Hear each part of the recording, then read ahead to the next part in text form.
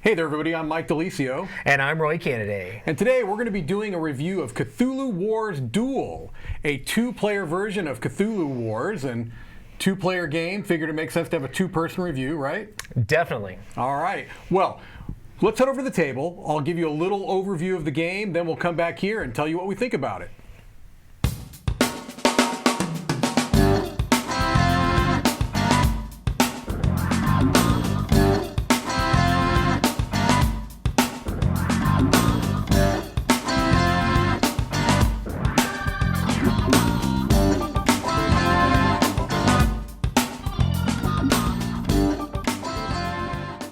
Okay, here we see a setup for Cthulhu Wars Duel, and if you are familiar with Cthulhu Wars, you are likely seeing some things that look very familiar to you and some things that maybe are throwing you off a bit. What's interesting is that in the rulebook for this game, they have a section that is devoted to what's different, the differences between Cthulhu Wars and Cthulhu Wars Duel. So if you are well versed in the rules of Cthulhu Wars, you don't need much more beyond this, because essentially it is the same game with some of these changes. Really quickly, the portals are denoting that parts of the board are adjacent to each other. So for example here, the Mystic River, in every sense of the word, is the same spot as this Loboli Cove. So it creates a bit tighter of a map, which you might understand would help for a two-player game. And so they're the same area in every way. The decay marker is something I'll talk about in a moment. That's a pretty big change. In the Doom phase, you don't automatically earn Doom points based on your gates. You can still use a Ritual of Annihilation. In Cthulhu Wars Duel, a big difference is that you actually get Doom points for killing and eliminating units. This is not something that was the case in the base game. And Unlimited Battle is unlocked for both players when either player gains 6 spellbooks. Another big difference is that unlike the core Cthulhu Wars game, you don't need to have all 6 of your spellbooks to win the game. So if you're familiar with Cthulhu Wars, that all would make sense to you. But if you're not, I'll just go very briefly through what the game essentially is.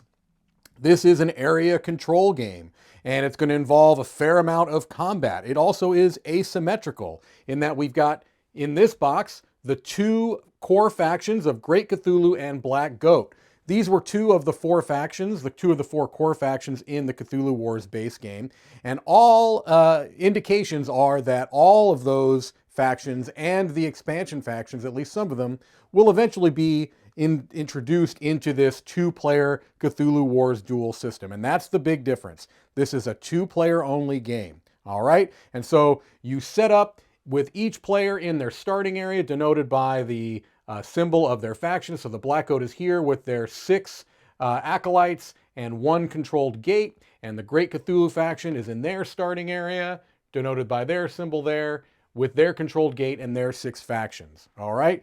So essentially what you're going to be doing is going through some phases of play, which are denoted on the back of this rule book here. We would be skipping the action phase in the first round of the game, but you're going to be doing actions, and that is by utilizing power. And so each player has a power tracker here that starts at 8. And everything that just about everything you do is going to cost some amount of power to do it. And you'll be doing things like recruiting more cultists. I call them acolytes. Recruiting more cultists once they get removed, as they inevitably will, from the board. That costs 1 power. You can summon monsters for different amounts. And so if you look on the faction sheets, they're going to show you the different units that you can bring out, their cost, any applicable combat. You also are going to notice there's a unique ability here. Each faction is going to have a unique ability that only they have, that kind of differentiates them from others in the game. Another big aspect of the asymmetry and things that set these apart are the spell books. And this is a huge part of the game.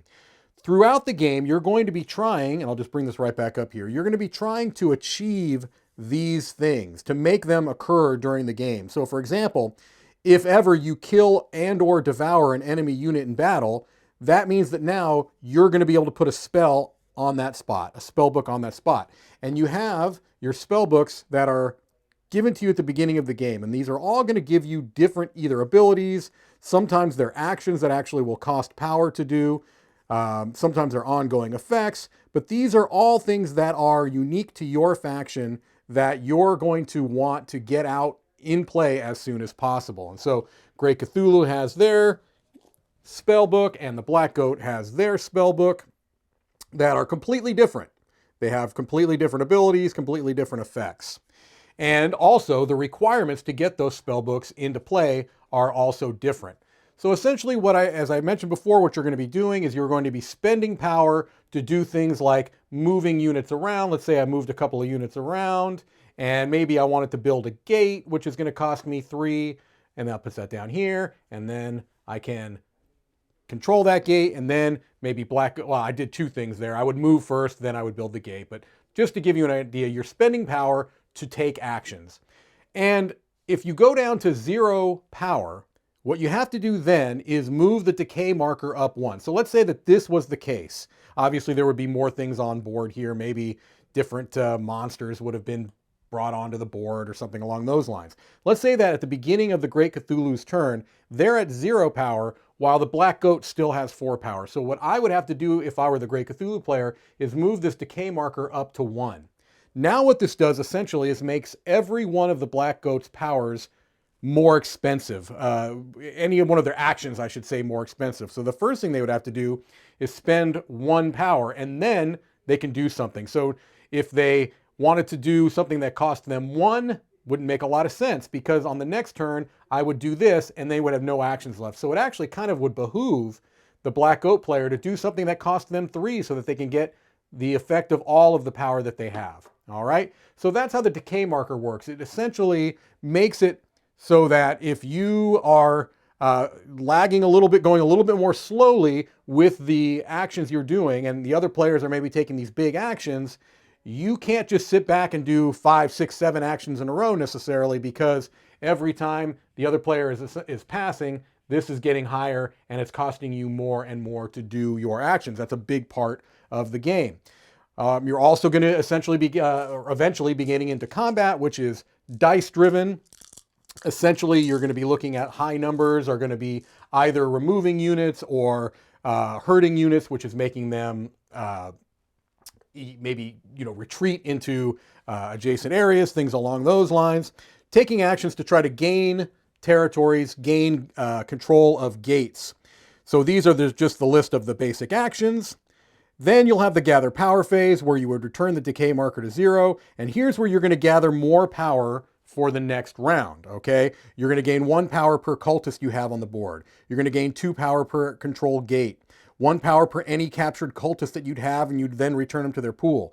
1 power for both players per abandoned gate, and then any powers you might have for special abilities. The player that now has the most power after that phase is going to be the first player for the next round. And then, optionally, in the Doom phase, you can do a Ritual of Annihilation, okay? And the Ritual of Annihilation is, let's say that Great Cthulhu had built up 11 power, and they were the first player because Black Goat was at 9, all right? So, at this point, Great Cthulhu could spend 5 power, because that's where this tracker starts, all right? And they would, at that point, be able to earn a Doom per controlled gate. So in this case, they would get 2 Doom. If they had also been able to get their Great Old One on the board, in this case, Great Cthulhu, then they would also be able to get an Elder Sign. Now these are randomized point tokens that go from 1 to 3 points. So at the end of the game, if they had gotten this one, that would be 2 extra points. They keep those face down. You're going to continue to play until you reach 30 points, or you move this track to the end of the Ritual of Annihilation. All right, there you go. That is Cthulhu Wars Duel in a nutshell. Let's see what Roy and I think about it. Okay, so hopefully that gives you a pretty good idea on how the game is played. If you've played Cthulhu Wars before, a lot of that looked familiar to you. I spent a few minutes just talking about the differences, and they make a point in the rule book of addressing, if you've played the game before, here's what's different. Right.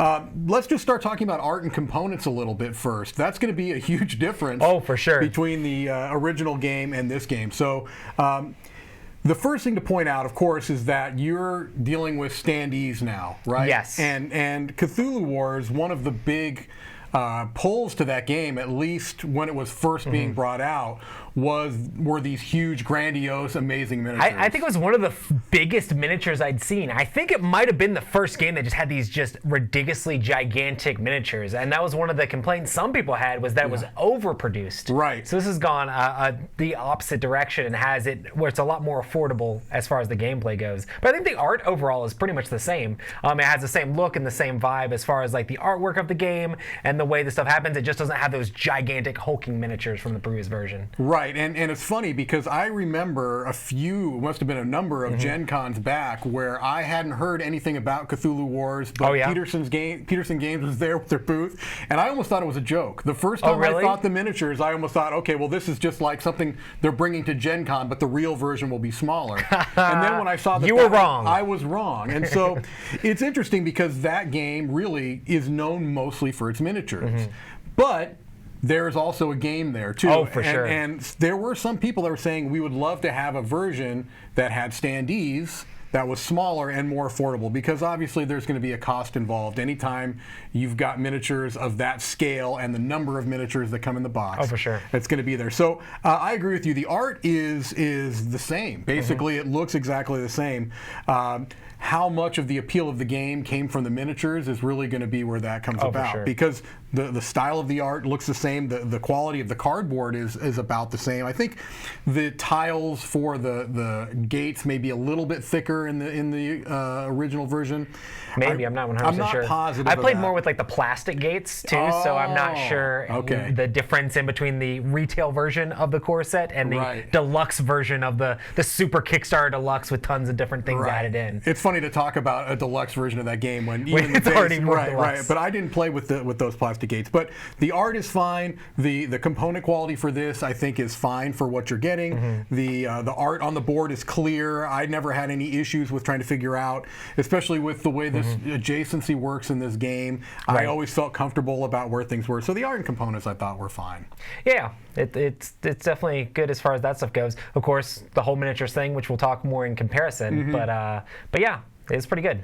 So as far as the gameplay goes, there's a few differences between this and the base game, and I won't reiterate that. But I felt like I was a little bit skeptical going in that they were going to be able to keep the same feel of Cthulhu Wars for just 2 players, just really by adjusting the map, because that and the decay marker are the 2 big differences. Right. But I was pretty impressed at how much it felt like Cthulhu Wars. Oh, definitely. And I've only played regular Cthulhu Wars like one time, and we played this giant, big, sprawling game with tons of stuff added in. But coming to the dual version of the game, I felt very comfortable with the way the stuff worked and like bringing all those memories back of playing gigantic Cthulhu Wars, but in a 2-player condensed version that fits in a smaller box with a much lower price point and easier to entry for people who want to try it out at a 2-player version, or maybe enjoy the game, but it's hard for them to get a big group of people, especially this time of things going on currently. Maybe a dual game's a lot easier to like make happen. I love how the action point system works in this. I love tons of different special abilities and trying to figure out how to utilize those special abilities. I'm sure everything's been revamped for like a 2-player version, but it definitely seems like a very easy, simple game to get into to play. And a lot of times those area control games, there's not a whole lot of good area control games that play at 2 players, and this seems like it really plays well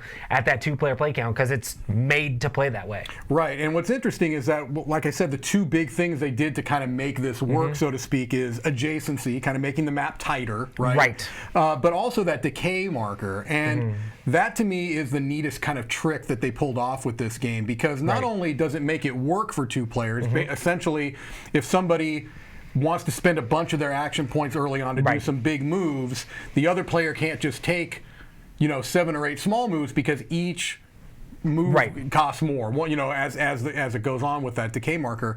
And that actually leads to some strategic things, which I think is cool too, because you can make those decisions. You can say, all right, well, I'm bringing out my great older one right now, and that's going to take up basically everything of you have my left. power, all of my power. And normally everyone else would be like, okay, well, I'll just take all my turns and you're just sitting there. But that decay marker was a neat kind of solution to that problem. It definitely puts a clock on your opponent, and you have to try to figure out, like, are they going to go out this turn, or should I go out early? Or maybe if they want to do a bunch of small moves, you can really rush and make that happen faster. I played the black goat who really wants to spread out, so I'm going to need to make a whole bunch of different moves to be able to unlock a bunch of my spell books. So sometimes it might have behooved Cthulhu or the Cthulhu player to just throw out Cthulhu and like push that clock so it can minimize the stuff that I'm allowed to do on a turn. You know, it makes it very give and take as far as the game goes, which is what you should have in a two-player game. Right. That's a really good point. It really does kind of have that tempo that you want in a two-player game, where you feel like maybe you're pushing your opponent to do something they may not want to do. I know there were a couple of times when you and I were playing where I even changed the type of unit that I was bringing on the board, because I knew that if I didn't, I'd be wasting essentially an action point. And so that's interesting, because it kind of forced me to pivot and be like, okay, well, this may not be the unit I really want, but I don't want to waste any of my power points either, so I'm going to go with this and make it work as best as I can. And I thought that, like, Cthulhu Wars, the giant game, I played in really big, high multiplayer games, and it felt crazy and sprawling. Yeah. This feels a lot more strategic, as, like, you see what your opponent's doing. You might, like, move a unit in there just to annoy them and disrupt the middle of whatever they're doing. They're like, oh no, there's a character there, I need to either move them out or they're going to get captured, or maybe put this in there and capture their character back. Like, there's this whole hierarchy of how the capturing and stuff works, and trying to take over the different gates, and the placement of the gates is very important depending on the faction you're playing. Right. So there's a lot of things that you have to like pay attention to, like what your opponent's doing. And I feel overall that makes this duel game a little bit more strategic than regular Cthulhu Wars. I think you're right. I also think that's one of the things that's interesting, a difference that I mentioned in the overview, but we haven't talked about here, is the fact that you gain doom points, which are essentially your victory points,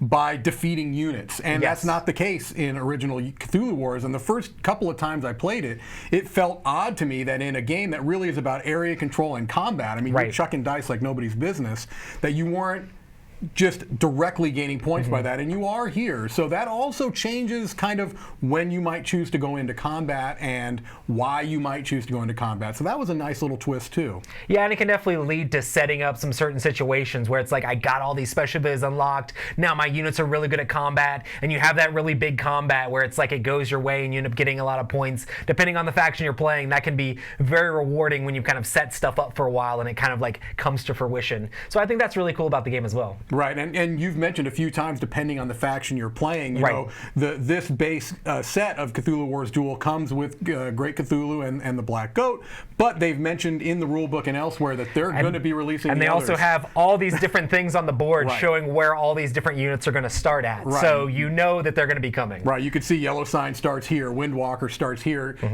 factions that you may be familiar with from playing the original Cthulhu Wars set, or expansion factions that were added later. So that's also something to keep in mind. So kind of speaking along those lines, let's say that you have base Cthulhu Wars. Do you need this? Is this something you need if you already have Cthulhu Wars? I think, as far as like, if you think you're going to get to the table with just two people a lot, this is something that you're going to want to jump on. Just because the regular full game, I don't think is set up good enough to play two players. It plays better at higher player counts. So if you want to play something that's just head to head with one other person, if you want to play Cthulhu Wars and you've ever thought like, man, it's not as good at two players, this is like the solution for that. And if you don't own the game at all, this is much easier price point to swallow than the base game of the original version. And granted, there's not the nice gigantic miniatures, and I think you might be able to try to squeeze the miniatures if you have the original Cthulhu Wars onto this board, but it's way too small overall. Once you get a lot of those big guys out there, the standees really make it a lot more easy to see where the land masses are and everything as far as the game goes. So I would have loved to have seen them make an optional like buy-in or have an optional thing to where you could upgrade regular Cthulhu Wars to play with Duel. Like if they just had a bigger map that you could put your miniatures on, like you buy Duel and you can buy the giant map, and then you can play Duel with the miniatures. That would have been amazing, and maybe they have something like that in the works. Because it wouldn't take much. It would just need the map, right? Yeah, it would to be a little bit bigger. Right. But this keeps that price point down, which is one of the main complaints about Cthulhu Wars in general. Yeah, for sure. And you've basically said what I think about it, so I won't expand too much other than when I would play with Cthulhu Wars, I just didn't consider it a two-player game. It's 2 to 4, but I always thought of it as a 3 to 4 player or more if you're playing with some of the expansion maps. I just wouldn't choose to play it. There are other kind of area control games that I would rather play with 2 players. Now, that's not the case now. I mean, I think this is a really viable 2-player game, giving you that Cthulhu Wars experience. So if I was, like you said, going to be playing mostly 2-player, I would always choose this over base Cthulhu Wars. And if I were interested in the game but not wanting to spend a couple $100 to find out if it's a game for me, this is a much easier pill to swallow there. So just echoing what you say there, I agree 100%. So overall, what would you rate Cthulhu Wars Duel as the total package? I think for me, it's definitely a solid 8. I really enjoy the game. I think it's a lot of fun to play. I really enjoy area control style games. I mean, for me, I love miniatures so much in the game that, like, if they made a bigger map version of this, I could see it being huge for me. Being like, man, this is a great 2-player game. I'm gonna get all that time. I would love to like have my paint. Like, I really want to paint up my miniatures. I haven't yet, but someday I'll have my Cthulhu Wars miniatures painted up, and if I could throw them on a little bit bigger board than this, I could see my score going higher. But just this version in general, it's so much easier to get into. And the game mechanics, even though a lot of people might think that it's a threatening looking game, it's quite simple to play. It really is. So 8 for me, definitely very enjoyable. And for me, I'm also giving it an 8. I looked at my most recent score that I gave Cthulhu Wars, which is a 9. It's one of my favorite games. It's always hovering in the top half of my best of games. And I like this almost as much. My favorite version of Cthulhu Wars is still 4 players, all interacting, the different interactions of the factions. And so this does a great job at 2 players, but it's still not my favorite version of Cthulhu Wars because I like having all of the crazy interactions between the different factions. That being said, if you want to play a 2-player version of this, or if you primarily play at 2 players, you could do a lot worse, and it's hard, like you said, to find a good 2-player area control game, and I think Cthulhu Wars is just that. So also an 8 from me.